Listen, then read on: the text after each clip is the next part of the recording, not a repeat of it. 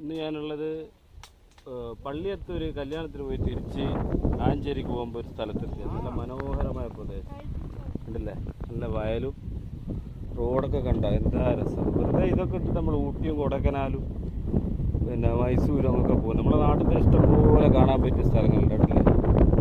ആഞ്ചേരിയിൽ നിന്ന് നേരെ തറോപ്പയിൽ നേരെ പള്ളിയത്തെത്താൻ പറ്റും.